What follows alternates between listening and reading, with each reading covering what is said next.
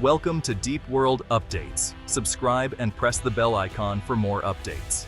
The sky over Pampanga, Philippines, thundered as four A-10 Thunderbolt IIs, Warthogs, descended onto Clark Air Base on December 6, 2024. Their deep, guttural growl was unmistakable, a sound that vibrated through the ground and signaled something extraordinary. These were not sleek jets, but flying tanks, built to dominate the battlefield and protect ground troops. As the Warthogs landed, their presence was a powerful statement. American air power had returned to Luzon, not as occupiers, but as partners. For Philippine Air Force personnel, this marked a new phase of cooperation with their U.S. allies. The arrival was no routine deployment. It was a deliberate, visible signal of a revitalized alliance.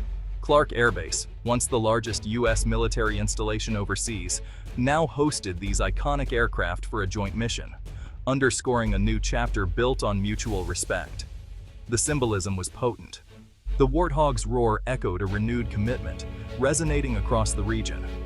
This was more than a show of force.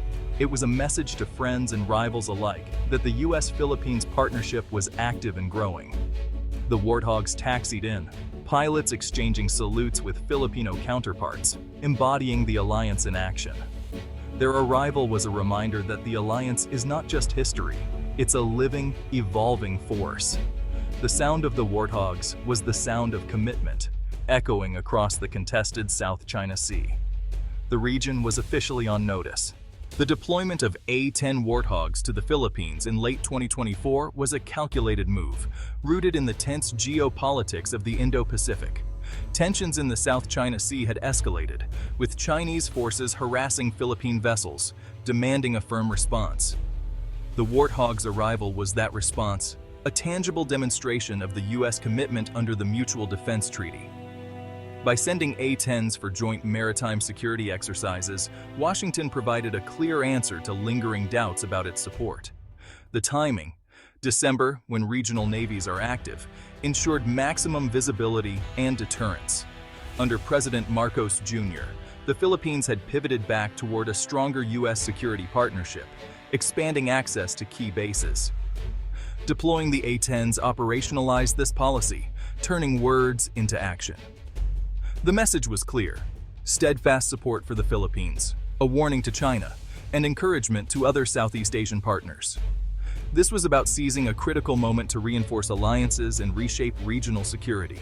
The A-10 Thunderbolt II commands respect, not for speed, but for toughness and firepower.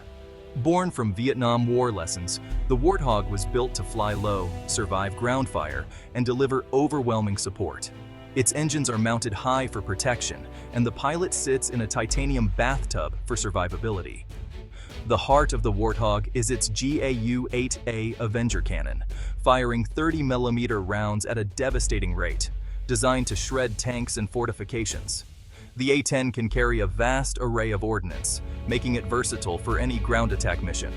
Its redundant systems and straight wings allow it to take damage and keep flying, loitering over battlefields for extended support. Ground forces worldwide revere the Warthog as the ultimate security blanket. In the South China Sea, its strengths translate to maritime patrol and defense, ideal for countering small, fast-moving threats. The Warthog's presence in the Philippines is a credible deterrent, introducing a powerful tool for archipelagic defense. It's a classic weapon system, finding new relevance in a modern theater. Despite the dramatic arrival, the A-10s were not here to stay. This was not a new permanent base, but a focused, time-limited, mission-intensive joint training with the Philippine Air Force. The goal was skill enhancement and interoperability, not long-term basing, respecting Philippine sovereignty while maximizing alliance benefits. Exercises included joint terminal attack controller procedures, teaching Filipino soldiers to call in precise airstrikes, and dissimilar air combat with FA-50s. For U.S. crews, operating in the Philippines meant adapting to new environments and challenges. This training built trust, streamlined communication, and ensured both forces could operate seamlessly in a crisis. Emphasizing the temporary nature of the deployment avoided unnecessary escalation and framed the activity as normal, defensive cooperation. The focus was on partnership, not provocation. The mission enhance skills, build partnership, and improve readiness, without permanent foreign basing. This approach strengthened the alliance while keeping regional tensions in check. The real value of the A-10 deployment was forged on the training grounds, not just in the air. Joint exercises are where alliances become effective fighting partnerships. American and Filipino pilots shared tactics and communication protocols, eliminating confusion that could be fatal in combat. On the ground, Filipino JTACs learned to guide A-10s with pinpoint accuracy, a force multiplier for Philippine defense. These exercises built muscle memory and, more importantly, trust between allies. Personal relationships and professional respect transformed the alliance from paper to practice. The Philippine Air Force gained exposure to advanced tactics, accelerating its modernization. The U.S. military gained experience in a critical region and strengthened its ability to work with a key ally. The result, a more capable, integrated, and credible defense posture. Adversaries took note. Seamless cooperation is a powerful deterrent. Joint exercises made the alliance stronger and the region safer. Clark Air Base's selection for these exercises was steeped in history. Once the largest U.S. base overseas, Clark symbolized decades of military partnership and, at times, tension between the U.S. and the Philippines. The 1991 eruption of Mount Pinatubo and a shift in Philippine politics ended the era of permanent U.S. bases. Clark transformed into a commercial hub, its military past fading into memory. The return of U.S. aircraft, even temporarily, marked a full-circle moment, not a return to occupation, but a symbol of a mature, equal partnership. The Warthogs' presence bridged past and present, honoring legacy while anchoring the alliance in the 21st century. Now, U.S. aircraft fly as guests of a sovereign Philippine Air Force.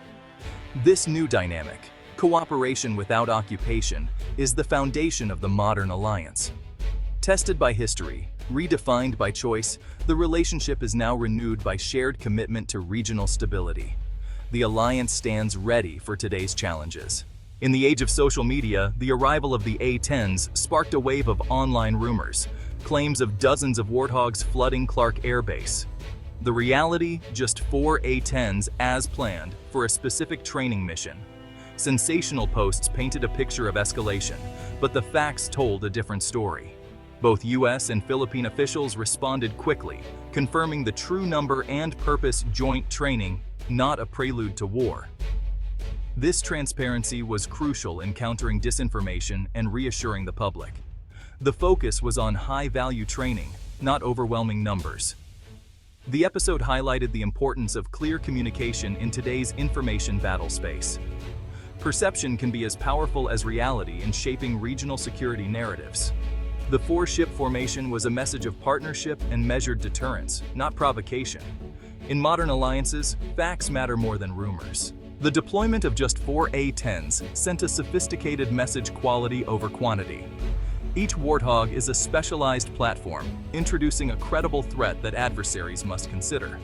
This approach demonstrates capability, not intent for mass conflict, deterrence through precision and expertise. The U.S. goal is not to take over Philippine defense, but to enhance its partners' capabilities. The A-10s served as high-end training tools, helping Filipino forces level up in coordinating with advanced air assets.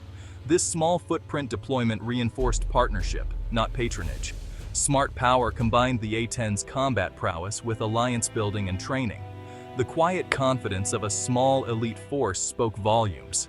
The U.S. and Philippines are working together intelligently and effectively to uphold stability. The real story, partnership and precision, not numbers. The A-10's arrival at Clark must be seen in the context of South China Sea tensions. China's expansive claims and aggressive actions threaten regional stability and international law.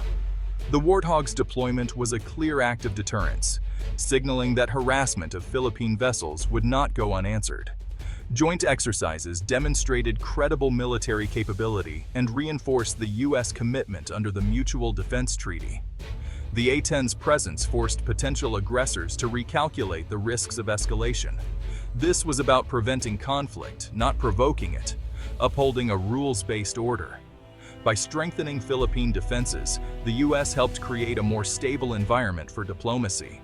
The four Warthogs were more than training aircraft. They were symbols of collective resolve. The message: the South China Sea will remain open and free for all.